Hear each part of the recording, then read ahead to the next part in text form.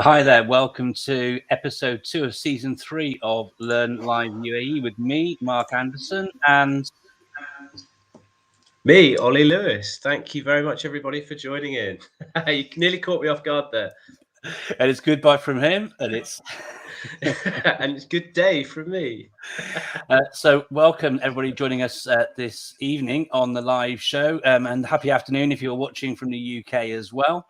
Happy half term to all of the UAE educators joining us on screen and watching live, or if you're watching back and chilling, enjoying a bit of time by the pool on one of your rest days during the half-term break, then please know we are so pleased for you to have a break. I mean, I know from just my conversations with Ollie how tough this term has been.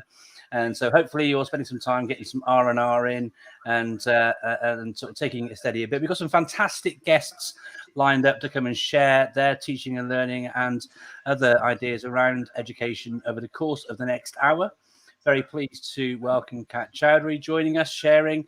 We've got Charlotte Dawson, Rania Sawalhi, Hilary Hunt, Neil Statham, and this evening, in a change to how we would normally do things, I'll be sharing a little bit as well, as will Ollie. Ollie, have you got any news for us to share in the show this evening? Absolutely. I thought that it would be quite nice to highlight a few events that are coming up to the region in not too distant future. So please do save the date if you are an educator based in Abu Dhabi or any of the other Emirates. The Abu Dhabi Teacher Conference is coming back. So save the date, Saturday the 26th of February 2022. If you follow their online kind of Twitter profile at ADTC 2022 for updates on that. At the moment, we are very near to putting a call out for new speakers. It's a great initiative. It's an event for teachers by teachers.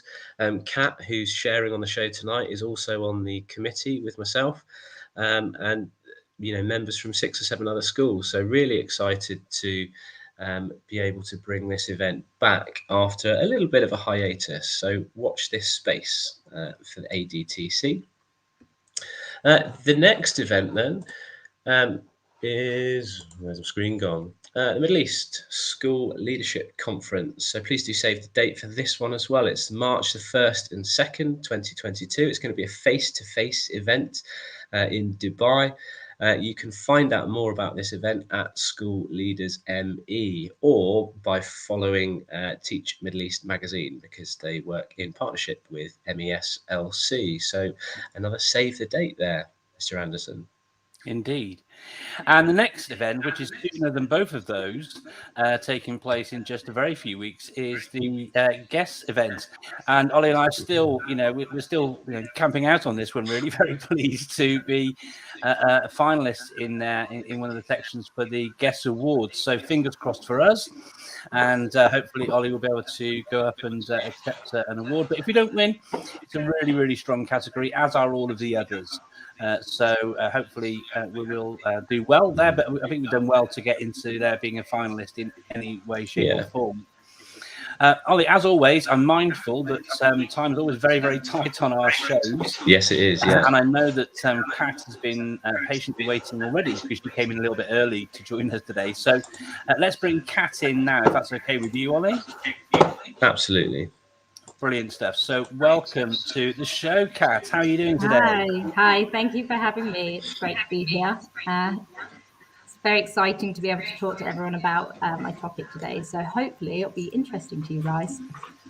No, absolutely. If you wanted to follow Kat on social media, you can do so at Kat_Chowdhury. Her details are on the screen here right now.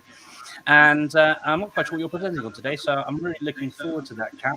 Your screen that was sharing before is no longer sharing at the bottom there, so if you could reshare your screen, that would be great. Yeah. While you're doing that and sorting that, you'll see that there's a timer on the screen right now. And when your time starts, I'll start that timer and it'll start counting down. So you've got 7 minutes to present. No pressure. We won't throw a virtual teddy bear at you if you run over. Please try and keep the time if you could, please. So with that in mind, you're talking about collective teacher efficacy and communities of practice. I'm really looking forward to that. So with no further ado then, Kat, I'll hand the floor to you. Bring your presentation up on screen and hand it over to you. Good luck. And thank you again for sharing. Thank you. Thank you very much. So yes, I'm Kat Chowdhury, and I teach at Al Yasmina Academy. And I'm going to try and talk very quickly about collective teacher efficacy and utilizing communities of practice. So one of the key areas within education that myself and my school really strongly advocate for is the idea of effective collective teacher efficacy. And this is something that I often hashtag on social media. And it's the idea of teachers working together, using their experts and ensuring that teaching and learning is developing and thriving. And it's one that John Hattie and Jenny Donoghue has rated the most effective influence on student attainment. So collective teacher efficacy is so important to grow success, as it is when teachers collectively align their vision and work together to ensure teaching and learning is developed with a shared outcome. When all have that same vision and aim, you'll find teachers will work together and they will collaborate and support each other to ensure that that vision becomes a reality. As John Hattie says, use the powers of collective wisdom to ensure all teachers are achieving agreed magnitudes of effect on student learning. So the first part of building collective teacher efficacy comes down to mind frames, adopting a growth mindset to be truly reflective of your practice and where your strengths and your weaknesses are. There will always be teachers who might be slightly better at some aspects of their job than others, but being an outstanding teacher, it's not about being the best at everything. It's about being reflective and accepting where your weaknesses lie and seeking ways to develop these areas. So teachers come with a great wealth of experience in a range of different ways. Having a growth mindset means accepting some may be better than others, but that doesn't mean you cannot learn and share that experience. One of John Hattie's 10 mind frames for visible learning is I collaborate. While teachers can be successful on their own, they can also be more successful if they work together. So now collective teacher efficacy, it's not simply about sharing resources and having a chat about lessons. While sharing resources is useful and can be useful to teachers, it's not necessarily going to create as much of an impact on student attainment alone. And that is what we as teachers should constantly be thinking about, our impact and student progress. There are lots of things that I could go into detail about regarding different ways of working collaboratively. And I do in my upcoming book that I'm writing at the moment, such as impact cycles, collective language for learning, and setting high expectations in departments. But what I think is one of the strongest ways of developing teacher efficacy is through communities of practices, or COPs.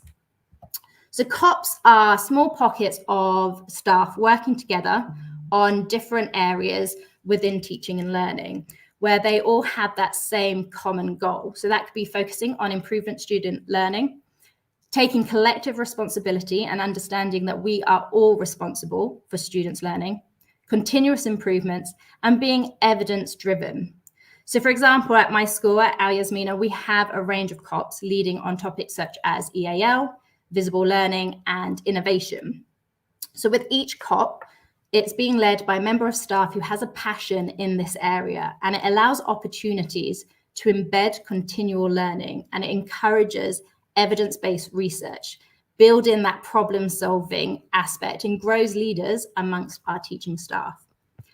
So if you research COPs, there's been evidence to show both short-term and long-term values of introducing them into your organization. So in the short term, it allows you to focus on specific challenges that you might be facing within your school. You can use your experts already on the ground to help build and lead the COPs. It builds confidence as it is teachers leading other teachers. Staff enjoy being part of change, especially when they know that they are working towards something meaningful and that they have this shared vision that they're all focusing on. Also, the long-term effects and values of this is it builds long-term personal and professional development of staff. And you can then enhance your reputation that your staff are innovative and keeping up to date with current evidence-based research. However, I think it's really important to note that putting together a COP where teachers can collaborate and gain from all of these positives can only work if it has a bias towards action. So while it feels good to get with a group of colleagues and have a chat and share ideas and the research that you've done, it has to then move from the theoretical into actual action in order for progress to occur. So this is something that we are really proud of achieving at our Yasmina Academy. So with my Visible Learning COP, I have asked my team to evaluate their departments and pick out an area that needs developing, such as feedback or differentiation. So they will then work together to research new ways to improve this area before putting together an action plan to begin implementing their research to action ideas into their lesson. Building that self-efficacy and that confidence in the classroom encourages them to be more innovative and experimental. So then they can evaluate their impact and they can calculate their effect size and analyze the impact that they've had on their students. And again, this is only possible if and when the research made has been put into action and then evaluated. Once this has been successfully achieved, we are then able to utilize our COP experts, and we encourage them to share their success to the rest of our staff through our bespoke CPD, so that others can also adopt these techniques and use it into their own teaching and learning. So to summarize, I did say I'd do this very, very quickly. Encourage collective teacher efficacy, whether this is a whole school focus or a department focus. Be evaluative and identify the areas that need improvement or development. Use evidence-based research to gather ideas to share amongst your team. Turn your research knowledge into action by trying out new techniques into your lesson through your impact cycle and evaluate the impact it has had on teaching and learning. If no impact, don't worry, tweak it, revise it, try again. Learning never stops, so don't give up. Have that growth mindset to keep you searching to be collectively better. Thank you very much.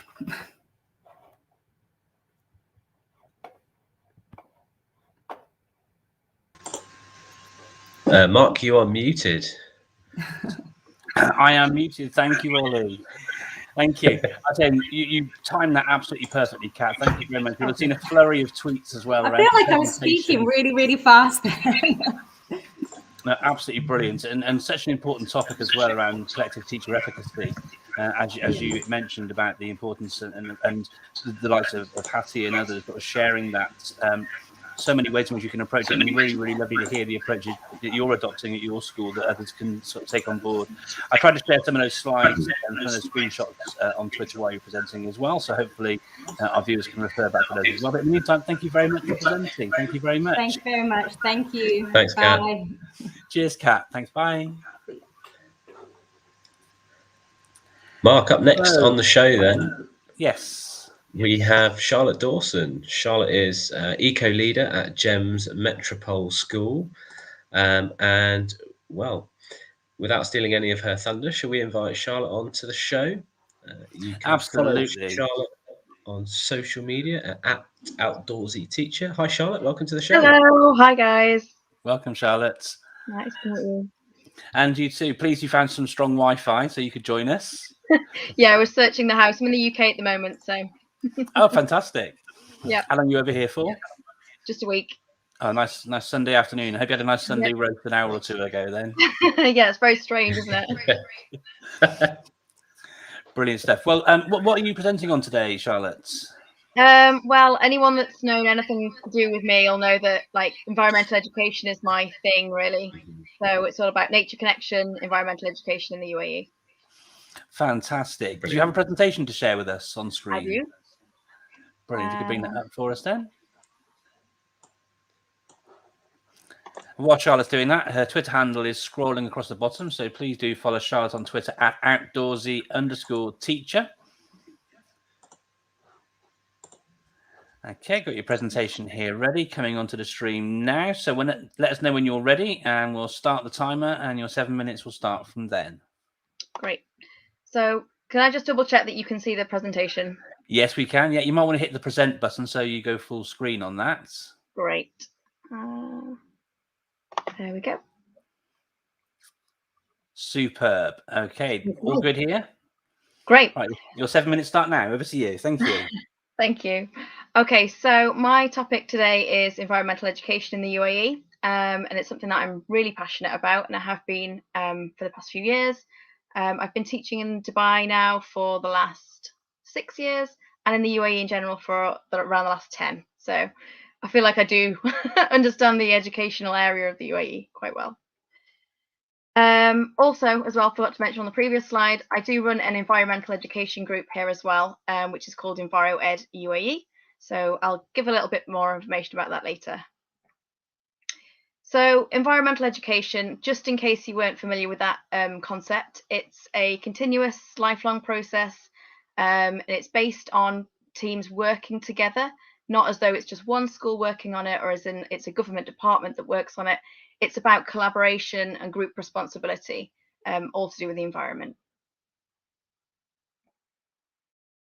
So it's really something that's becoming a movement in the last year or so, really.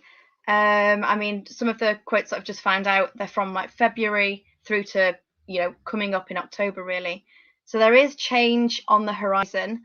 There's been a few government articles released from the UK, a few key speakers like David Attenborough, and a few other things as well that I'll move on to. Just saying the importance of this topic and that it really needs to come to the forefront in schools. It's a very up and coming area of the curriculum. So not as well established, obviously, as things like reading or maths, which a lot of schools are feeling a lot more confident in. Environmental education is something that has been sort of on the back burner for years and years within schools, but because of all the issues with climate change and biodiversity loss, environmental education really needs to be back up there at the forefront again. So another quote here from UNESCO. So this is the major selling point really for what I want to change, I want to make, is that UNESCO have said that environmental education should be core curriculum across schools by 2025. So that gives us just a few years really to really grapple with this issue and decide what it's going to look like to deliver environmental education in schools. So it really is an important curriculum area that really needs addressing very quickly. So even now into September, I mean, just in the last few months, really, you've probably heard around different news articles and different social media about these COP15, COP26, and it's just really about gathering those global leaders together and finding out how we can make the most effective change for the environment. So it's not only in schools, as I said before, environmental education is about bringing different groups of people together. So when we talk about education, it's not just the education of children, but it's the education of the general population and adults as well, to look how we can make the most effective change within the next few years. And bringing it back to a UAE sort of region and local developments, obviously we've got the Expo, which is huge, and one of their focuses as well is sustainability. And then all of these other areas are developing environmental education across the UAE. So we have the National Innovation Strategy, the Industrial Revolution Strategy, the UAE's Green Economy Transformation, Eco Schools, which probably a lot of the teachers and education professionals are aware of. In the KHDA inspection framework, it mentions environmental care too. And another subject area that's been developing in the last few years as well is social studies, which I've given an example of the books just there, as this is just one of the subjects that we can use in schools to really underpin that environmental education. So just a quote here really to say why this is so important. Why is this environmental education important? So Richard Louv, who is the author of a few of those texts just on the screen, says that we cannot protect something that we do not love, and we cannot love what we do not know, and we cannot know what we do not see or hear or sense. So quite similar to some of the presenters that you had on, I think it was in the first episode. It's about giving children that exposure to nature to allow them to build those relationships with it and to really understand what it is they're protecting. So a few people may think that this is, and as it is, you know, with the frameworks, a very new area, very contemporary issue. But obviously, environmental education, understanding your natural environments, has had to be something that we've learned about in the UAE for centuries, and since humans have lived in the area, really. So even Sheikh Zayed Al Nahyan famously made this quote a long time back, saying, "On land and in the sea, our forefathers lived and survived in this environment," so in the desert landscape. They were able to do so because they recognized the need to conserve it, to take from it only what they needed to live, and to preserve it for succeeding generations. So to understand what it is to live in a desert environment and how to care for that. In other research, it's been found that environmental education also stems from having a connection to nature and a connection to the outdoors. And ways of developing that are through environmentally responsible behaviour, things like switching off the lights, conserving water, recycling, all of those things that schools are really good at. But also things like enjoying natural environments, understanding culture and heritage, as I just mentioned in the quote, having an awareness of our local ecosystems and knowing that even though the UAE is 80% desert landscape, we still have mountains, wetlands, and marine environments too. And to look at the connections that we have as well. So knowing that when we do things like creative writing, we could look at things like weather and that sort of those literature skills really in how we rely on the natural environment for different things. So yeah, many people that will be aware of me already know that this is an issue that I write about quite a lot. And I've given some advice for schools here on different articles. And even just last year, I wrote my thesis on how to connect our schools to nature in Dubai. And as I mentioned earlier as well, I do also run an environmental network. So we're called LearnLiveUAE UAE. And as I mentioned before, it's not just about teachers. We do have some really valuable local professionals that work with us too, that have a background in ecology and conservation, which helps to give that depth of knowledge to our group and our talks too. So if you'd like to join us, please do. Very quickly then, in summary, I just like to give a few takeaways really. So allow your students within schools that opportunity for enjoyment, let them have that connection with the outdoors and let them appreciate what it is that we're caring for. To promote that understanding of culture and cultural heritage of the UAE, and particularly living in the desert environment. Developing an awareness of local ecosystems. As I've said, it's not just deserts, we have other areas in the UAE as well. Recognizing the connections, be a role model to your students. So make sure that the ways that they see you behaving are how you would expect them to also behave. What, you know, explain to them on the weekends, going to beaches, being responsible, making sure that we're looking after our environment. Having that responsible behavior, environmentally responsible behavior, so picking up after ourselves, not wasting things like food, electricity, and also your curriculum reviews. Make sure that your curriculum that you're delivering meets in line with those SDGs too. And then most importantly, no man is an island. Make sure that you collaborate with other schools and professionals. And that's about it. That's great. Thank you so much, Charlotte. And super surprised that you're in England. So thank you, especially for joining us, probably, as Mark has said, after a Sunday roast. I'm really excited to go back to England at Christmas and be in that position as well. What really resonated with me there was something that I know Mark's a champion of, and you're obviously a huge champion of. It's all of our collective responsibility, really, to teach students these things, just like it's not just an English teacher's responsibility to teach about literacy. Exactly. You know, it's taking the best of what we can in the moment and educating students so that they have a deeper understanding of nature and what it actually means and why we should go about saving it. I think as well, like seeing, like being from the UK and seeing that we already have that in so many schools and in so many areas in the UK, and bringing a bit of that to the UAE, really. That's fantastic. And anyone that does want to join, then LearnLiveUAE, just give us a quick reminder of how to find out more, please. Yeah, so I'm on Twitter as well. You can reach out to me on Twitter, and then you can just find me on the website, which is enviroeduae.com. Awesome. Thank you so much. Thank you. And don't forget, you can also follow Charlotte herself on Twitter at Outdoorsy Teacher as well. Thank you so much for your presentation and sharing this afternoon, Charlotte. Thank you so much for your holidays. Thank you. Thanks. Up next, Mark, on the show, we have Dr. Rania Sawalhi.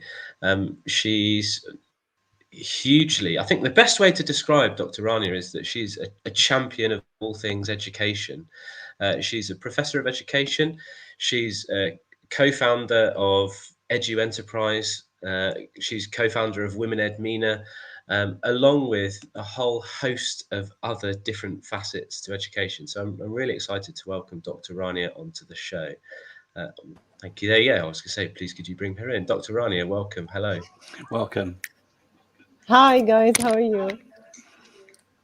Very, very good. Very well, thank you. And what a brilliant introduction. Makes mine and Ollie's output seem like, we're just rank amateurs doing these sorts of things. So I don't know how you find all the time. You have to share some tips around that on another show, how you manage to fit all those things in. I bet we should. Thank you for the amazing introduction, Ollie, and thank you, Mark, for this great opportunity. Have fun. No, you're very, very welcome. Do you have a presentation to share with us this afternoon?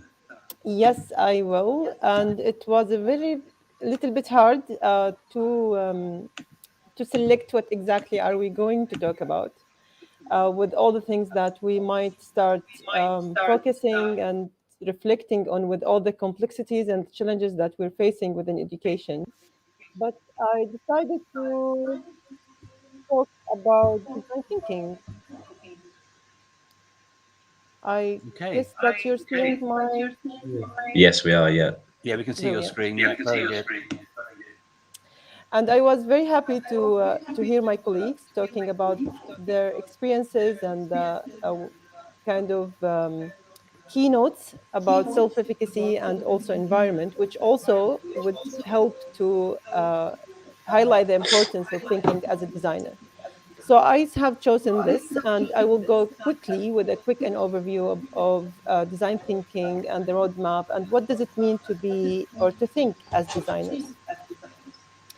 It's not like critical thinking or problem solving. Let's think about it as a creative process that helps us to design meaningful solutions. And why meaningful solutions? Because sometimes we start designing solutions that might not be so practical at the end when we try it. So if you want to know more, you can go to IDEO. That will give you more and more practical examples or case studies about how we can start thinking of admissions maybe, or embedding or integrating design thinking in our teaching, or also about digital literacy apps for young learners, how we can integrate it within education. So what is design thinking? We need to remember three main things. We're talking about accelerated process of providing innovative solutions, and it's a human-centered design, which is very important because sometimes we just focus on providing solutions without making sure that we're meeting the needs of the humans. Especially in schools or in education, sometimes we keep talking about the challenges that we're facing. So design thinking helps us to move from talking to listening more and to focusing on insights. Sometimes we face some challenges, or if we face some issues, we start adapting. Design thinking helps us to start generating solutions instead of accepting the current situation. And we might start thinking on behalf of our students, our colleagues, or people that we know. But with design thinking, we start designing solutions with people that they're going to benefit from. And it also helps us to ask the right question instead of, yeah, I know the answer. Yeah, I know the solutions. No, that's not the case. And as my colleagues had also emphasized about the continuous learning and how we know more about things around us, the environment. But let me focus here about empathizing. So empathy, understanding more the human needs and what kind of pains or things that they need to solve, that would help us to focus more on this. So what does it mean to think as a designer? If we can remember 5 things, we need to be very optimistic, because sometimes we keep saying, no, there is no use. Why are we doing this? We don't have much time, etc. We need to be holistic. We need to see the bigger picture why we're designing things. We need to collaborate with others, especially from different disciplines or from different backgrounds. And we need to keep trying new things, differently with empathizing. When we're talking about design thinking, we need to think not only to listen to people with specific words, we need to turn them into insights. We need to think deeply about them. And we can remember the roadmap with 5 things. We need to learn more about the audience. If we're talking about students, talking about parents, talking about school leaders, staff, whoever in the community, we need them to exactly identify what are we going to change or improve. Then we start brainstorming. Don't assume that you know the answer before. No, we need to start ideating and testing before we do this. You might connect it to action research, but let's see it differently with design thinking. And it's not a linear process. So you might go back to re-identify the issue after you listen to people. You might go back after you try it to start generating ideas, saying, no, that was not the best solution that we now have. Design thinking helps us to start discovering. It's not like changing our eyes, but it's seeing things differently and start looking behind what we usually see and we usually go through.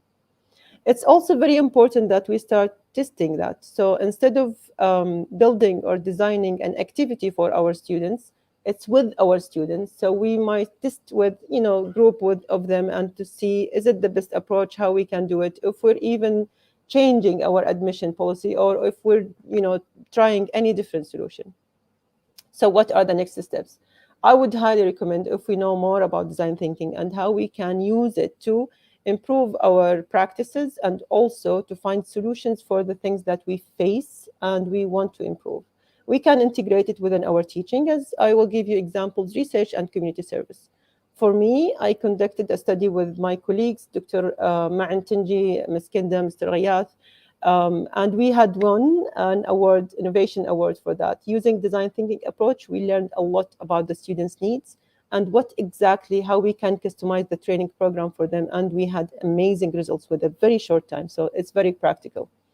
I also teach design thinking for honor students, and in Qatar University, they also help other students within the secondary schools. So it's kind of a process of teaching. Last example with my nonprofit organization, how we customize education leadership labs, where we bring different peoples from different backgrounds and disciplines and trying to help them to share ideas and to find solutions. And don't say, no, I'm not into education, so I can't help. Yes, definitely, you can give us an amazing idea solution. So I hope with this quick journey about design thinking that I gave you an overview and encouraged you to know more about it and to try to integrate it within your own practices and your own way of doing, regardless if you're working on research or you're working on your own activities or anything related to education. Thank you. Fantastic. Thank you very much indeed, Dr. Rania. Teachers as designers is such a huge topic, isn't it? And actually, when you start thinking about the process and and seeing it as a cyclical process as well, I think it links in really nicely to sort of teacher reflection on practice and all those other things as well, which links in nicely to what Kat was sharing earlier on as well. Have you got any people that you recommend to follow around design thinking on social media anywhere at all as well? Yes, definitely. If you have Hasso Plattner, I will just write you the handle. It's at HPI.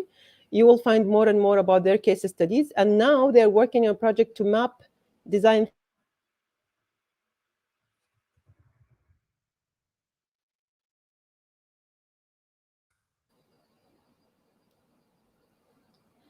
Thank you. So I lost my connection then for a second, I think. My apologies. Thank you. I've just popped that in that Twitter handle down the bottom for people to see as well.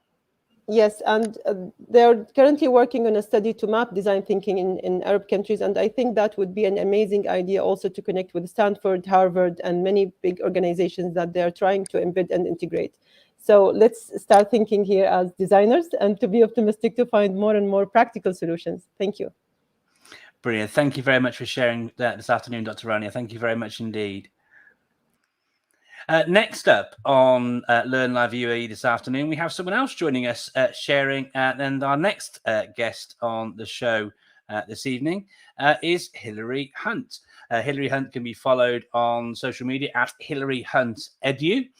As far I'm aware that she is also a senior leader with responsibility for teaching and learning at VIS as well. So I'm going to welcome Hilary on to the show now and bring you on. There you are. Hi, Hilary. Welcome. Hi. How are you doing? I'm good. How are you? Yeah, I'm not too bad. Thank you very much. I hope you're enjoying a bit of time off during your half-term break as well. Yeah, definitely much needed, I think, after the return to face-to-face. It's been a long half-term already. Crikey. Well, I hope you got more things sort of lined up and more relaxation planned over the course of the next week, and not too many live shows to come and stream and share on. Do you have a presentation that you'd like to share with us this afternoon, Hilary? I do. Brilliant stuff. If you wanted to pop that up, and I'll put your social details back up on the screen on a little ticker down the bottom while you're bringing that up. So as I said, you can follow Hilary on Twitter. She's at Hilary Hunt Edu. Not twice, that's just me just spelling it out as I'm talking. And so Hilary is just bringing her presentation up on screen, which I'm going to get there.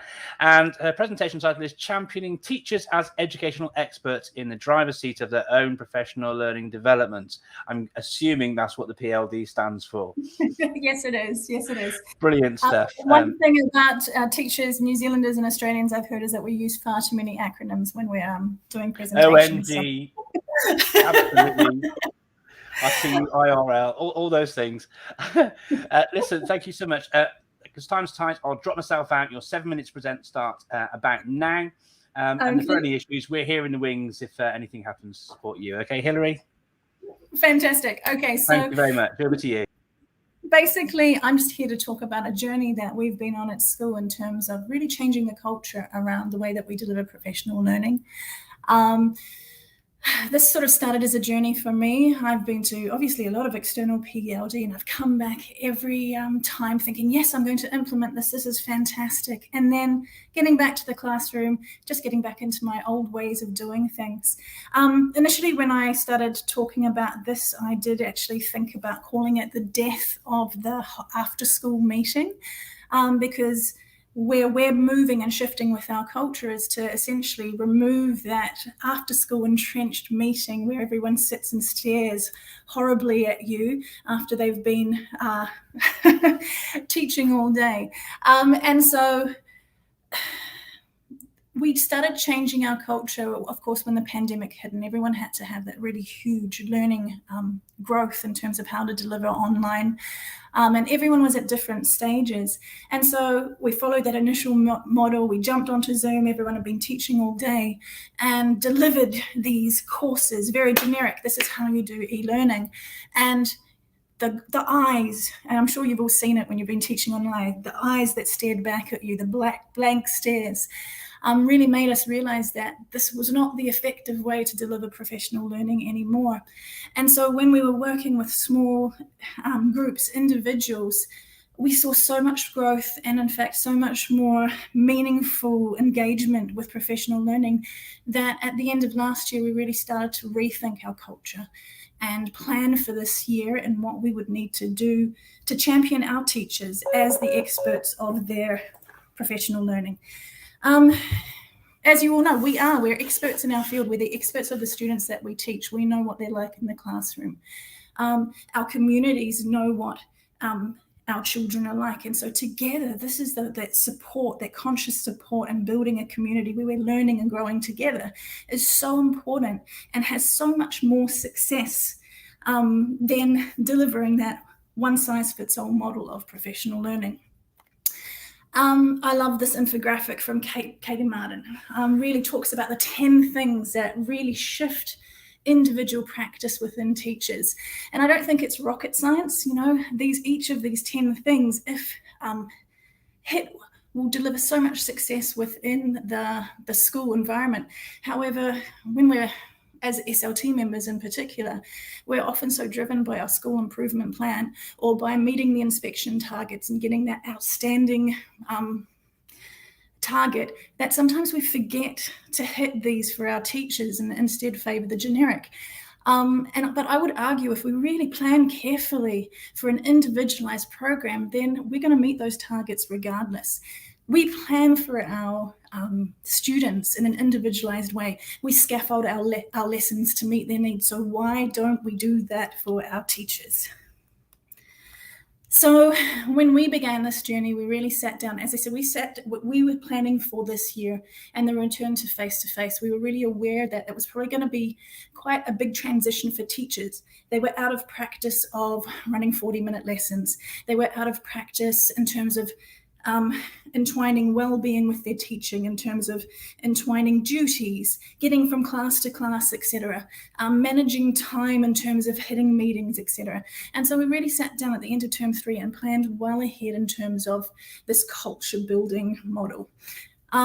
We looked at what the issues were that the pandemic had raised in terms of our professional learning, and we all acknowledged the fact that that whole school way of doing things just wasn't working anymore, and that we'd learned that individual targeted professional learning was the way ahead.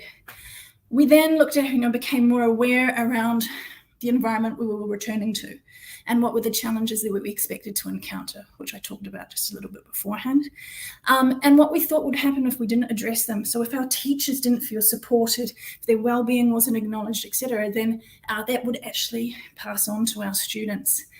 The third part of this culture building model is aligning everything. And so everyone was part of this process from the start. Staff consultation, not just tokenistic consultation, but actually describing and be very transparent about what we're planning on doing and getting staff to feed into that. And it required a high amount of structural planning as well, planning out week by week the types of things that we wanted to do, the types of groups we would be working at. And to be honest, when the staff initially saw that, that was quite a scary thing because it seemed very well planned. Well, not well, it seemed very planned and they couldn't maneuver within it. But actually, in creating that plan, it then created a lot of agency, adaptation, the ability to mix with groups, etc. It's not successful if you don't have a plan behind you. And finally, the last thing that we're just working on now, we're not through this culture building process yet, but really looking at cyclical training, okay? We need to ensure distributed leadership. Eventually, if we're championing teachers as educational experts, that leadership should move to them. They should be the people that are leading, identifying needs and leading professional learning. So how does this look at our school at the moment when we're still working on this?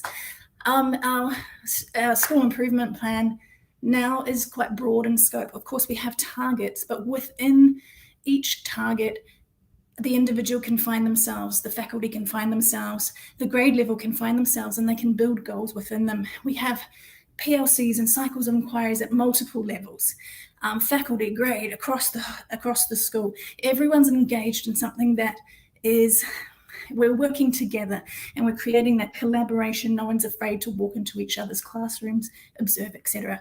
We have instructional coaching, which is very targeted at the individual, and the leaders actually are now taking on more of a role of a chairperson. A cheerleader, sorry, not a chairperson, a cheerleader. And so our staff are beginning to feel seen.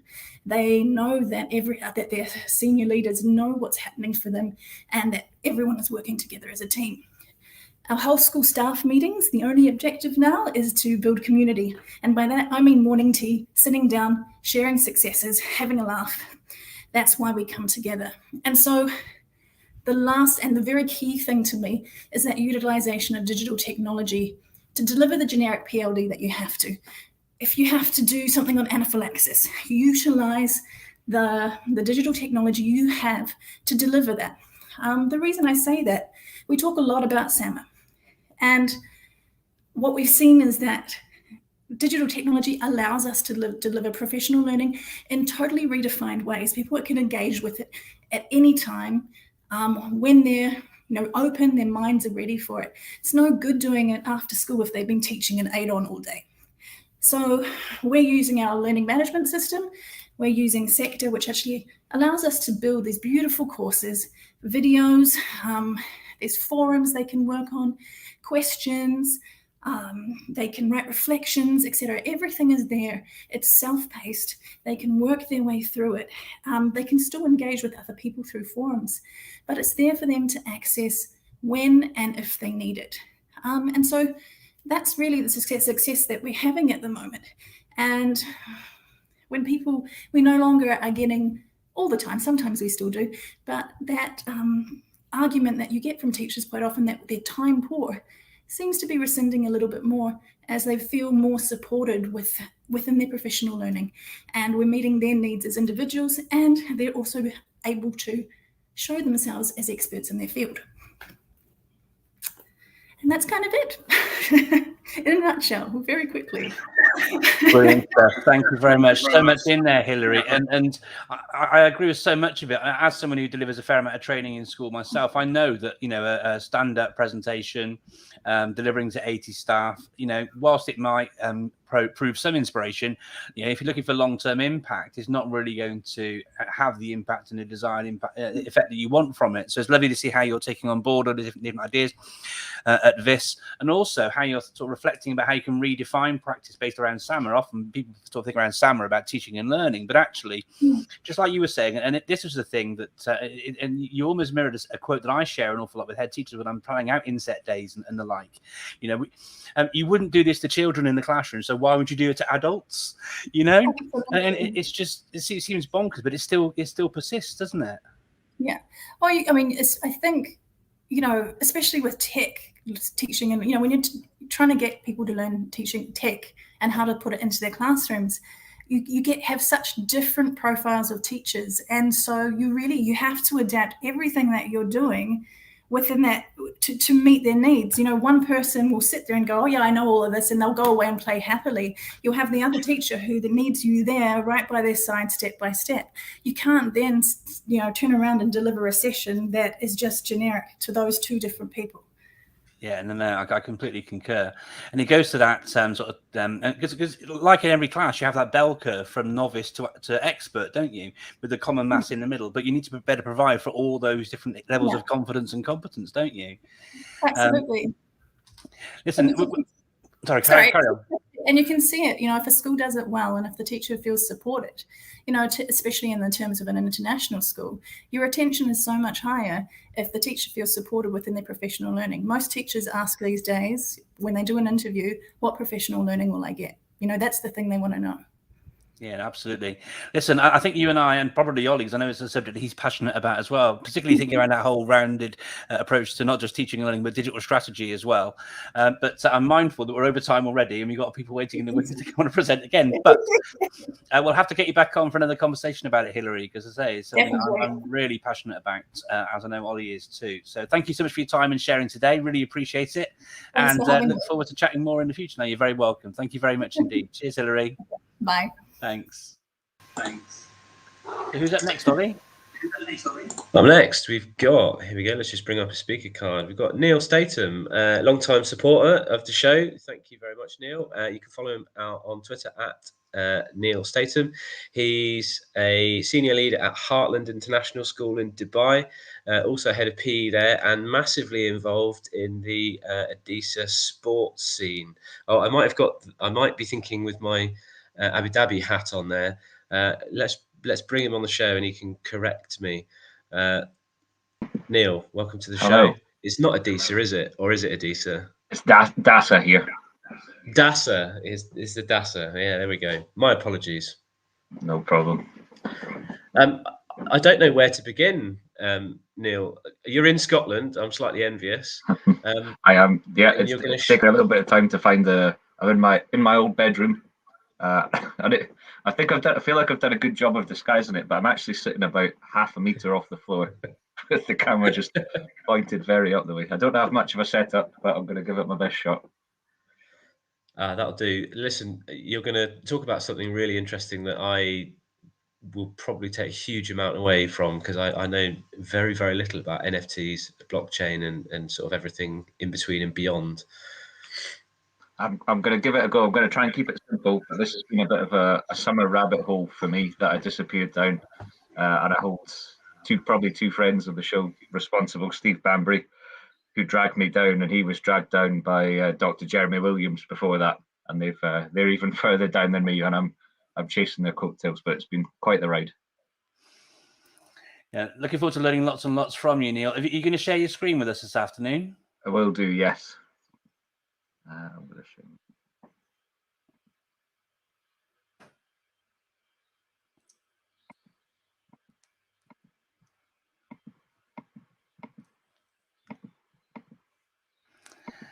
Okay. There we go. Bringing it up now. There we go. Well, we'll hand over to you, and your 7 minutes start now. Thank you so much for joining us today, Neil. Great. I've started my own timer as well. So I'm going to talk about NFTs, a little bit non-fungible tokens. I'm going to talk about a little bit about blockchain, a little bit about cryptocurrency and smart contracts, and sort of around the question of do these conversations belong in schools? And the more I'm involved in this space, the more I start to think the answer to this question is a resounding yes. But a little bit about me first, for anyone who's not met me before. There's some of my social media handles there, and it's wide and varied. So I tweet at Neil Statham, sometimes about PE, sometimes about Dawson Sport, which is about the school sports organisation here in Heartland. Sometimes I do a bit of writing for tests about mostly lowbrow satire to do with education, but something you might enjoy. And more recently, more involved in innovation, working with a really exciting group of students at school. And you can find our podcast that we produced together on Spotify called Heartland Innovation Podcast. And this group of children talk about some of the projects and businesses they run. One of them runs 3 businesses. One of them's got their own NFT drop or multiple drops, and one of them is developing computer games. So you may enjoy all those, and they feed into what I'm talking about today. So first of all, NFTs, non-fungible tokens, is what I've spent my summer learning about. On the left, you've got money there. So think of money as fungible. So money can be exchanged. So if I have 10 dirhams, it's the same as Ollie's 10 dirhams, and it's the same as Mark's 10 dirhams. All that money's the same. If I've got a non-fungible token, it means it carries unique value. So not like a baseball card. Again, for example, at this baseball card, I might have serial number 10, which is more valuable than serial number 110, but other people might have that as well. The value could be worth the same. But something like art that's verified as being the only piece of that is non-fungible.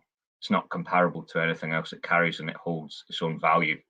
And if you don't go looking for this, you'd possibly never know it existed. But actually, this is already a massive business, massive mini economy almost working behind the scenes. And it stretches all across the world. So that's a screenshot of the platform that I've been trading on. That's probably the biggest NFT trading platform at the moment, called OpenSea. And I think, yes, in September, sorry, I've written October there, it's over $3 billion worth has been traded on OpenSea, mostly of digital art, but all sorts of varieties of NFTs. So there's a huge amount of money already being spent on this, and what is basically an emerging space. And in the top left-hand corner there, you might recognize the Charlie Bit My Finger video, which was a YouTube sensation. But that's been sold now as an NFT, and it'll be what you'll find is now that gets removed from all these platforms, and it will have one verifiable owner, and all rights, royalties, and everything to do with that will be owned by this single person. So I suppose like copywriting, and that will belong to one person, and they'll be able to use that however they wish. They might allow other people to use it, but it will allow them to start generating royalties, whereas previously videos like that would go online and then multiple people would farm them onto different platforms, and the ownership might get lost somewhere down the line. It was difficult to prove perhaps who had the first copy of something, but that's been bought for $760,000, which is an astronomical amount of money for a video that most people have seen already. In the bottom left-hand corner there, you can see one of our Heartland students, Yasmin, has dropped her own NFT project on OpenSea, and there's 6,000 different Elvins that she's drawn, pieces of art which she's minted and sold. And you can see on the right-hand side, the volume traded 173 ETH. And I'll leave you to do that on your own conversion. But the amount of money that art has been bought and traded for has been phenomenal. And why is this important? Well, it allows artists and it allows content creators, which lots of young people in school might go on to be, to sell things around the world to reach different audiences and to generate income for themselves through, whether it's through royalties, whether it's through building their own community, or perhaps through innovation. We're starting to see now music being sold as an NFT and then sold and passed on from person to person. What about cryptocurrency? So we've got the Bitcoin symbol there, the Ethereum symbol you might recognize, and then we've got the polka dot symbol there. The question I ask myself often is, how likely is it that students in our classrooms will make purchases with cryptocurrency? And I think the answer is very likely. And in fact, on that trading platform, OpenSea, that 3 billion has all been traded in cryptocurrency. But it's not just me that thinks this. Here's one for you. Walmart are already seeking to employ someone to handle their cryptocurrency and digital strategy in terms of alternate payments online. So what's going to be their blockchain strategy? What's going to be their alternate sales? And if Walmart's not big enough to get your attention, perhaps Amazon is. Amazon's seeking to employ someone to look at how digital currency can affect and change their business. I think it was advertised as head of blockchain strategy. So they're looking for someone to develop their roadmap for what this might look like in their country in the future. So two massive names in business are working with this working with this technology right now. Perhaps not more interesting, but an alternate route to go down, and this is the sustainability and environmental issues that surround this. A brilliant website which I found, Digiconomist, has some really great stats which might open your eyes to this side of the issue. But the Bitcoin network energy consumption alone, if we're talking about crypto, for all the great things about it, if Bitcoin was a country, it would consume more energy than Poland or Egypt or Malaysia over the course of a year, which is absolutely mind-blowing. It's taken me a while to get my head around that. That's all to do with how Bitcoin is mined. Where else I think this is important in education is jobs that it will relate to. So right now, skills that are in demand, people that can help program and write smart contracts, people who can solve the sustainability issues behind Bitcoin mining, for example, or use of other cryptocurrencies. It generates a huge amount of e-waste where technology gets redesigned, improved, updated, then thrown out very quickly. You know, the Bitcoin network churns through not just a massive amount of electricity, but also a massive amount of hardware. And once it's been outstripped by a better performing computer, it disappears. So a big question is, can sustainable energy be used to power some of these things? And looking at even bigger picture, the cashless society, or the DeFi, the decentralized currency. How far away are we from things like that? We essentially lived in a cashless society for 6 to 8 months, depending on where you were in the world. Jobs are going to center around that, about what the transformation of all these things look like in the future. So what now? Hopefully I've convinced you that this is worth students learning about. This is what we're doing with the group of students that I talked about. We're creating a bit of a lecture series for students and staff to try and broaden their minds and open their eyes to these things, which will hopefully then in turn create a unit of study. They've got a podcast series on innovation, which ranges from enterprise all the way to this. And we hope to host a bit of a youth conference surrounding this in the future. But something that we're actively trying to work on now in school, in terms of educating students, but also educating staff. And that brings me to the end. So hopefully I'm back in the screen. I'm going to take a chance and close my PDF down and hope that I hear it. I think I've gone 8 minutes 28 though, I think. Towards the end of the show, we'll let you off. Thank you so much. There's so many amazing things in there. I don't know where to begin, to be completely honest with you. However, there's lots of schools that will probably want to learn from your experiences, Neil, and get involved in some of those events that you're going to start hosting, such as the lecture series, youth conference. Can you give us any more details about that kind of avenue for schools and students and how they can get involved with you and Heartland? So we're going to start the lecture series. We'll start internal. So we're kind of mapping out now. If you wanted to give people a broad overview of NFTs, of cryptocurrency, of blockchain and smart contracts, what that might look like, and how we're going to deliver that. Youth conference hopefully will be before the Easter holidays, and it'll be half focused on that and half focused on entrepreneurship in schools as well. The great thing about this is it redefines what it might mean to be a student entrepreneur or a young business owner, because it can all happen so easily now and so fast and online. You know, one of the kids in our innovation group runs 3 different businesses: one on drop shipping, one on digital marketing, and one on a non-for-profit coding website that teaches people how to code. So that, you know, these things are happening at an alarming pace, and I think if we don't keep pace with them, they're happening to our generation. We're meant to be educating the next generation. We're going to have to get our skates on and open our eyes to some of these things that are happening. I think what's really nice as well about that situation is that you find yourself in is you've got not just one, but probably multiple students now that are kind of not only paving the way, but teaching you and other staff lots about something that we might not necessarily have had a route into within our schools, and that's got to be really rewarding to be a part of. Yeah, I think things like this I find them really exciting in education, where you're learning side by side with the students about things as they emerge, and you're bringing totally different, 2 different perspectives and experiences on it. I think it makes for powerful and very different learning experiences that aren't, your more traditional top down. Well, that's brilliant. Thank you so much, Neil. I'm mindful, though, that we've still got 2 more guests on the show to share.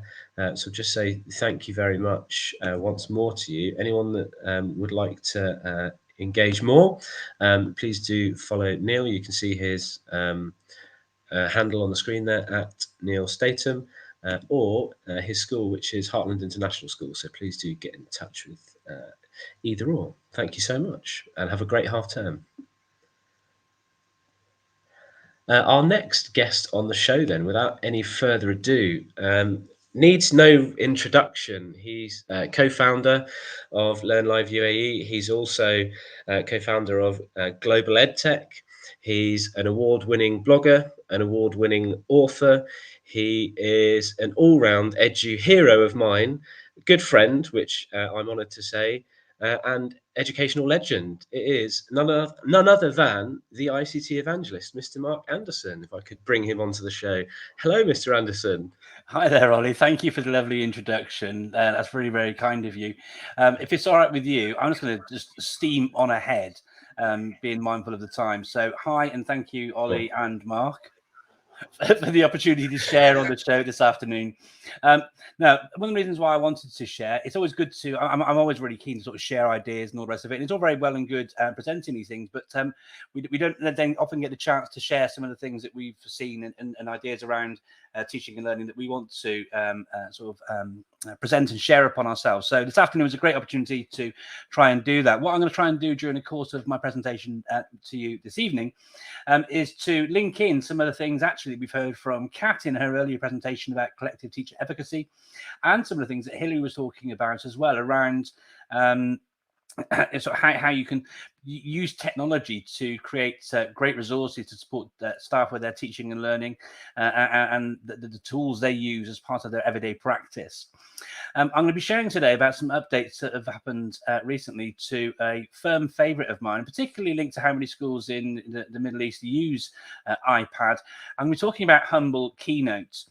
And I'll be talking about 2 features during the course of this short presentation. The first one of which is a new addition to Keynote, which enables you to add in your own live video, which is really powerful. And I'll show you an example of how that can be used really powerfully in just a moment.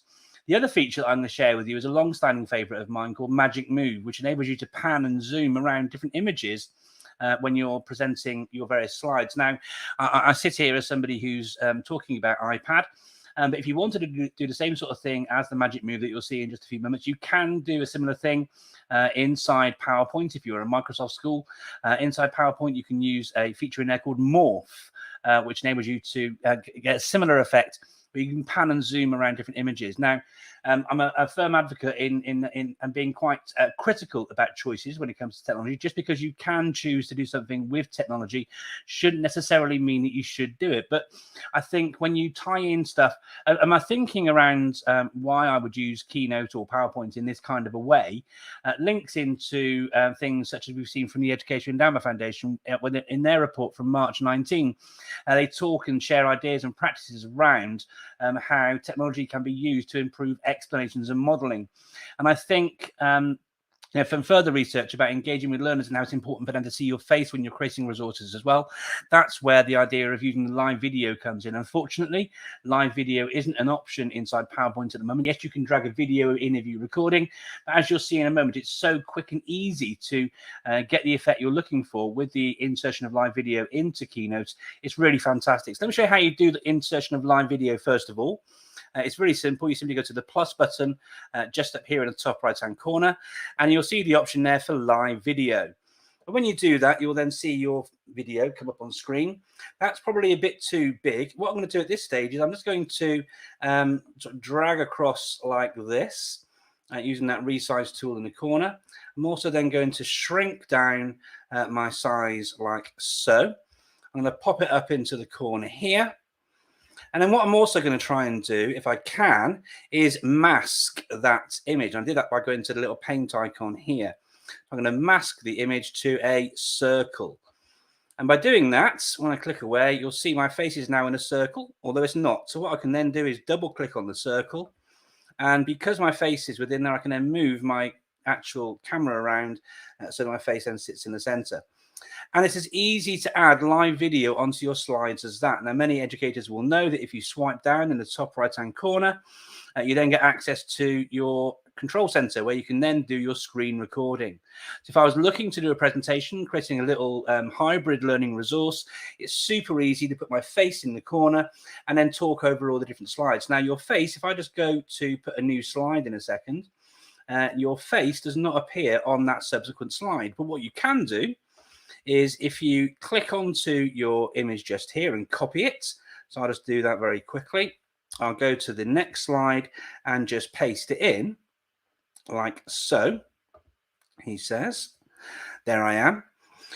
The beauty of this is as I move, and I'll run this presentation for you. As I start on slide 1, you'll see my face is in the top right-hand corner, but as I move on to slide 2, automatically it will then just appear in the same place as I move through. Now, if I'm going to, and what's lovely as well is I can then do things like annotate on my screen with my Apple Pencil and all these different things as well, should I want to. So I could actually do some live demonstrations, some explanations, so forth and so on. That's the reason why I chose the blank slide there. So I can be talking about and explaining 2 + 2 = so forth and so on. And the learners can see me, hear me, and see my presentation at the same time. A really useful thing to have access to. But how does that relate to Magic Move? Well, Magic Move works a bit like this. If I just come out of this presentation for a second and go into my Magic Move example here, I'll just turn the camera on up here by tapping on it, and it should bring me back in. Blue Peter style one that I made earlier. And this is where you'll now get to see how Magic Move works from one slide to the next. But essentially, on slide 2, I have this picture of the human body. And what I've done is I've duplicated that. I've duplicated each of these different slides and made the image a bit bigger and panned it around from one slide to the next. Now, it jumps quite a bit. You can see that I've also, in the top right-hand corner, got my live video in every slide like so. But what happens is, when I have all those things working together, so there's 2 things in here, and I'll show you how to do Magic Move in just a second. Okay, but there are 2 things in here. The first thing is the video. The second thing is the Magic Move. But you'll find when you run the presentation, hi, this is your teacher. I'm teaching you about the human digestive system, and etc., etc., etc. As I move from the one slide to the next, so here's the human body. And as we know, the head is really important. The brain's in there. I'm not a science teacher. Ollie, you should probably have done this section of the presentation. But as you move, as you can see, as you move from one slide to the next and as the image pans around, the video of you in the corner stays constant, whereas the things that you're explaining move around to the various points that you're trying to talk to through the various parts and points of the presentation you're delivering. So if you're looking for a really effective way to explain and model different things, okay, think carefully about both using the live video feature where your face can sit in whichever corner you want it to, and how you can use Magic Move to pan around and do these different things like you're seeing here. So how do you do Magic Move? Well, it's super easy to do so. All you'd need to do is create the one slide like this with the image on like so. And then what I do is I just simply tap onto the slide that I want and I choose the option duplicate. And then it's simply a case of making the image as big or as small as you want. I'll make it very small down there. And then once you're in here, you have an option in there called transition. And you simply need to turn your transition on to Magic Move. Okay, I'm very short on time, so I'm not going to show you how to do that bit. But that's how you get into there. And to prove that it works, as I move from this slide to the next slide, you should see that effect working automatically because Magic Move is built directly into all those slides now because I'm just duplicating Blue Peter style one that I've made earlier. So that's what I wanted to share this afternoon, an effective way of using a new feature to both improve your explanation, support modeling, and enable you to present and create resources in lots of amazing, easy, and powerful, impactful ways. And that, Mr. Lewis, is my short presentation on Magic Move and live video feature updates inside Keynote for iPad. Interestingly, if you are interested, you can do the same thing inside Keynote for Mac. Okay, and as someone, Ollie, that I know absolutely loves a visualizer, if you've got a MacBook, and let me just stop sharing this for a second so I can bring myself back. If you plug your visualizer into your MacBook, you can use your visualizer as the camera.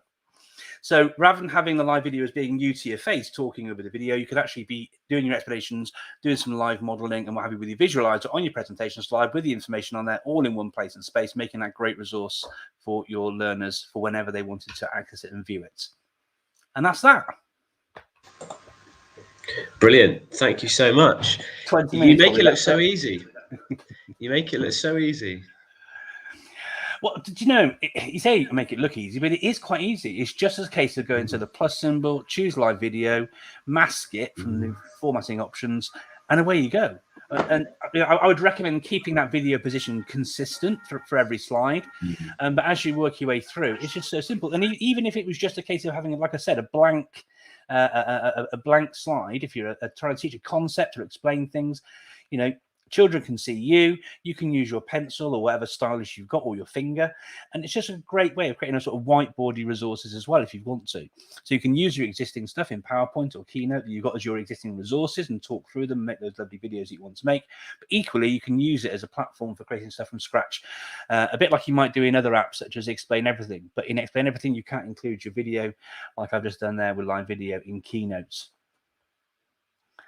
So, I hope you found that useful, everybody. My next guest, or our next guest on LearnLiveUAE today, is someone who has been involved in so many different things over the years. I'm really pleased to say that he's a good friend of mine. He blogs and he is a co-founder alongside me on LearnLiveUAE. He also is involved with Global EdTech. He's one of the presenters on the EdTech show. And he's held various leadership roles and currently working at British International School in Abu Dhabi. He is, of course, none other than Mr. Ollie Lewis. You can follow Ollie on Twitter at olewis_coaching.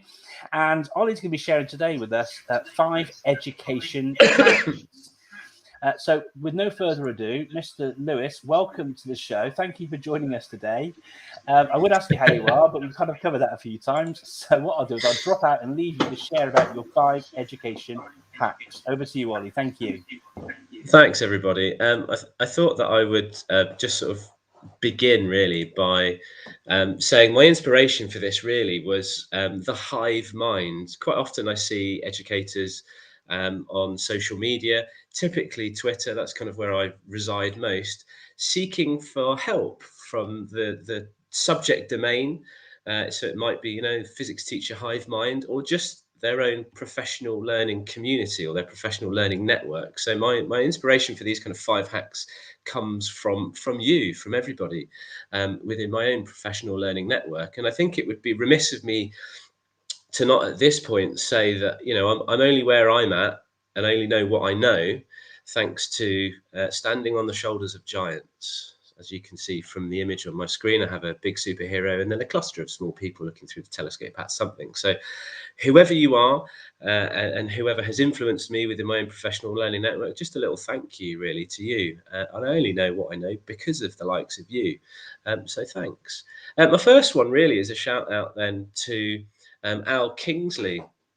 And his tweet from not too long ago, the 11th of October, he was saying that after years of grabbing screenshots with Windows using Alt Print Screen, he discovered that there is a simpler way. The Windows Shift S key gets you to that same point. So this one's just a little aggregated marginal gain or time saver. If you're anything like me, you're probably taking about 15 to 20 screen clippings a day to insert into maybe OneNote or a Teams chat or something from a lesson that I want to share with students, or maybe it's a professional learning opportunity. So, you know, that's a great share from Al there that is a massive time saver for many educators. And probably my favorite shortcut for me, one that was shared by Mike Dawson, you know, it happens to the best of us in not just Teams calls, but it might be in Zoom or others. Our school, BISAD, we're an Office 365 organisation. I reside in Teams, but Control-Shift-M to mute or unmute your microphone is a really quick fire way, rather than trying to search in the menu to mute or unmute yourself. And another great keyboard shortcut that you can see here opens all of the different shortcuts in Microsoft Teams. So there we go. Number 1 is aggregated marginal gains. Save yourself a little bit of time. Number 2 then is originally from Voice 21, and it's around developing what I heard Sarah Lambert from the Dubai Oracy Hub describe as talk tactics. I think it's really useful to give students these discussion roles or talk tactics to help not only manage their talk, but encourage the development of certain communication skills, whether they be speaking or listening skills. And I think this little framework is a really good kind of ready reckoner for students to help develop those speaking and listening skills. And actually, the outcome is a far richer conversation around that subject knowledge that they're sharing. So my number 2 is allow students these discussion roles to help promote positive speaking and listening skills within your classroom.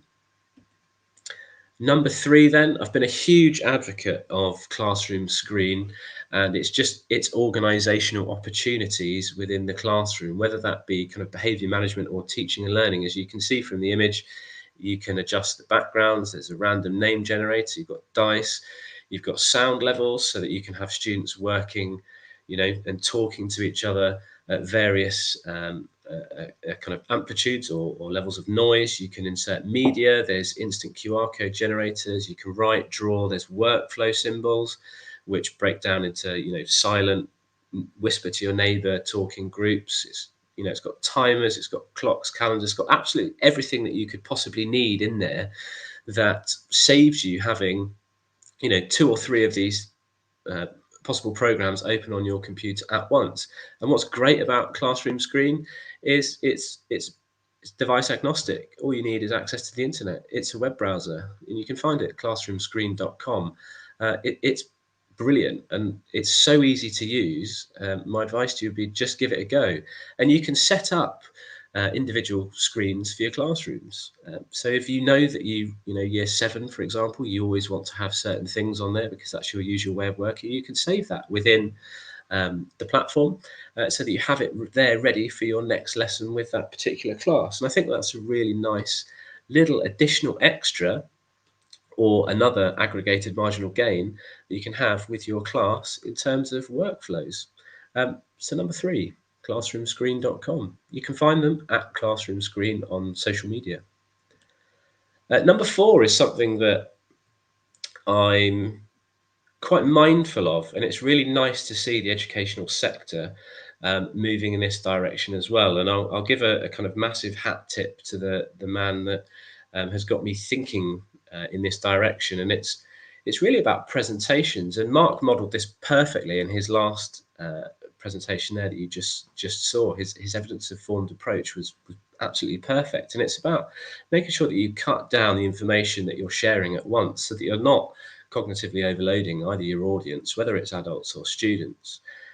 Chunking the information then is vastly important to build on that information as you go. You know, the worst thing that you can do is have a screen that's completely overloaded with information, and straight away you're overloading your audience, and they're going to lose interest straight away. So breaking down the steps so that it's manageable and it builds on prior knowledge is massively important, so that it aligns with the journey that you're taking your learners on.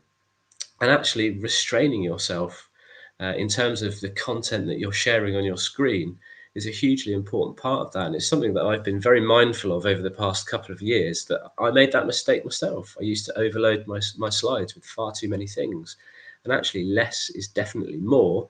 Because going back to those simple speaking and listening talk tactics, you know, you're going to have a better attention and retention rate with this model. And I'd like to thank Ollie Cav for his work around this, and his 2 books, Dual Coding with Teachers and Organise Ideas. If you haven't read either of them, they're really good reads, and they're designed so that you can pick the book up pretty much anywhere. And ingest that information and jump around. They don't have to be read from kind of start to finish, which I think is hugely useful for us, as quite often in the education space we're time poor. Whilst we're knowledge rich, we want aggregated marginal gains that can help us. So these 2 books have really got me thinking about how I present information to my learners. And then my 5th one is this.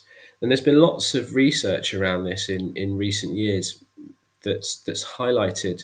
And we know, teaching is so relationship based with students that I think it's massively important that we can change the dialogue in our classrooms, so that we don't have to write reams of written feedback. We know that students don't always read all of it. However, when we use our voice and we can actually talk to the students, there's a greater investment there on both parties. And I think using the technology, like Mark and Hilary have said, to our advantage is massively important. It doesn't matter if you're an Office school, an Apple school, a Google school. There are tools out there, like within OneNote or Mote if you're a Google school, that you can make best use of your voice and provide super rich, detailed feedback that's personalized to each individual, that would take you less than maybe 1/10 of the time to write out that information for students. So, using technology as that aggregated marginal gain would be something I'd love to see more pervasive across the education space. And those are my 5 education hacks for this evening, Mark. Great stuff, Ollie. Thanks very much. And just an additional thing with that as well around Mote, Ollie, and I know that Mote doesn't work natively inside Teams and so forth and so on, but you can use Mote in your browser to record the audio, get a URL for it, and just copy and paste it into Teams chat if you want to, or wherever you wanted to do that. And obviously, you can use your voice really easily in OneNote and some of the other tools like PowerPoint. But if you wanted to, say, drop some audio feedback in, you can do it that way should you want to. So lots and lots of ways that you can do that. But like you, I'm a huge advocate for using your voice. Not only does it tie in, as you said, to relationships, but it's such a time saver. You can say so much more in a shorter space of time than you could actually handwrite or type or dictate or whatever. It's such a powerful, useful thing to do, isn't it? Absolutely, yeah. And whether we like it or not, quite often teachers can be time poor, and I think it's just a really powerful use of the tool. It's a tool that's there to be used, so why not do that? I think it's up to us to change the narrative around that. No, I completely agree. Something else that we should do to try and reduce our workload is trying to keep ourselves more time, because we were 25 minutes almost over the hour slot there. But look, we really do hope, I'm not putting words in Ollie's mouth, but I'm pretty confident he'll feel this way too. I really hope that you got a lot out of all the different ideas and conversations shared during the last sort of 7 presentations. Lots and lots of takeaways. And as always, you can follow us on social media. Myself, as you can see, is ICT Evangelist. You can see Ollie is _coaching. And if you wanted to find out more about LearnLiveUAE, then you can subscribe to us on YouTube at youtube.com/LearnLiveUAE. What's happening next month, Ollie? Next month, 7 more educators, 7 different ideas. Really looking forward to welcoming Esther Daniels. She's a women-ed leader, educator in the Middle East. Alex Gray, who's head of science in a school in Dubai. Name of the school escapes me right now. I'm sorry, Alex. Zarif Pektar, who's head of digital strategy. Or digital teaching and learning, I think it is actually, in a school in Dubai. Michael Norton, who was going to join us this month, but is at the IB conference. He's in charge of teaching and learning in his school. Russell Smart is joining us. He's King's Windsor, I think, is the school now, formerly part of King's Al Barsha. Luzardi Fisher, who's head of English at BSAC. I've lost count here now of how many people that I've read out, but we've got loads of more people sharing, Mark, and that's what's amazing. And if I can give you a little stat just to sort of finish my piece, we're now at 63 schools. So in a year, or just over a year, we've had 63 different schools come and share on LearnLiveUAE, and we're now at 94 different educators. So that means next month our show is a bit of a milestone, because we will have had 100 different educators from across the UAE.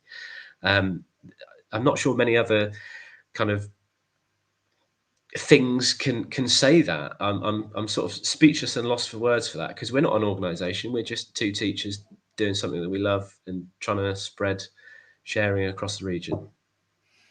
Yeah, absolutely. I'm massively proud of that, and the ability to provide a platform for better collaboration and sharing. And all the teachers who do come on are very happy to give up their time and share in this way. And so many say, get in touch and we can collaborate. And in fact, some collaborations have taken off, and activities between schools and what have you within the district have happened through the show as that medium. So something we're both immensely proud of. But please do keep a date in your diary for our next show in November. And I want to say it's the 28th, Ollie.